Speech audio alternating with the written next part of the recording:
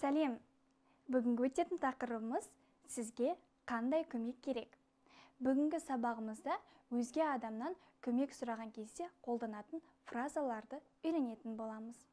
Егер сіз бір адамнан көмек сұрайтын болсаңыз, кешіріңіз, маған көмектесе аласыз ба? Немесе айыпқа бұйырмасаңыз көмектесіп жібересіз бе? Сонымен қатар сізге айтар өтінішім бар еді деген фразаларды қолдана аласыз. Ал енді мына мысалдарға назар аударыңыз.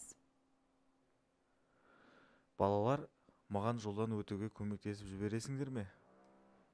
Әрине көмектесеміз. Анашым, сізге көмек керек пе? Маған ыдыс жууға көмектесіп жіберші.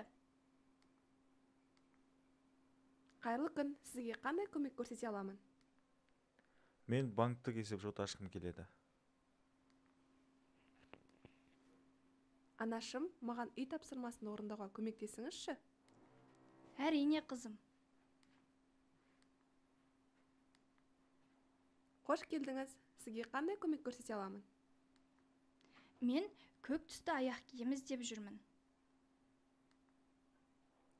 Ал енді мына сұрақтарға жауап беріңіз. Қай суретте анасы қызынан ыдыс жууға көмек сұрады? Дұрыс. Бірінші суретте. Қай суретте банктік есепшот ашу үшін банк қызметкерінен көмек сұралды? Дұрыс. Екінші суретте. Ал мына суретте ата балалардан қандай көмек сұрады? Дұрыс.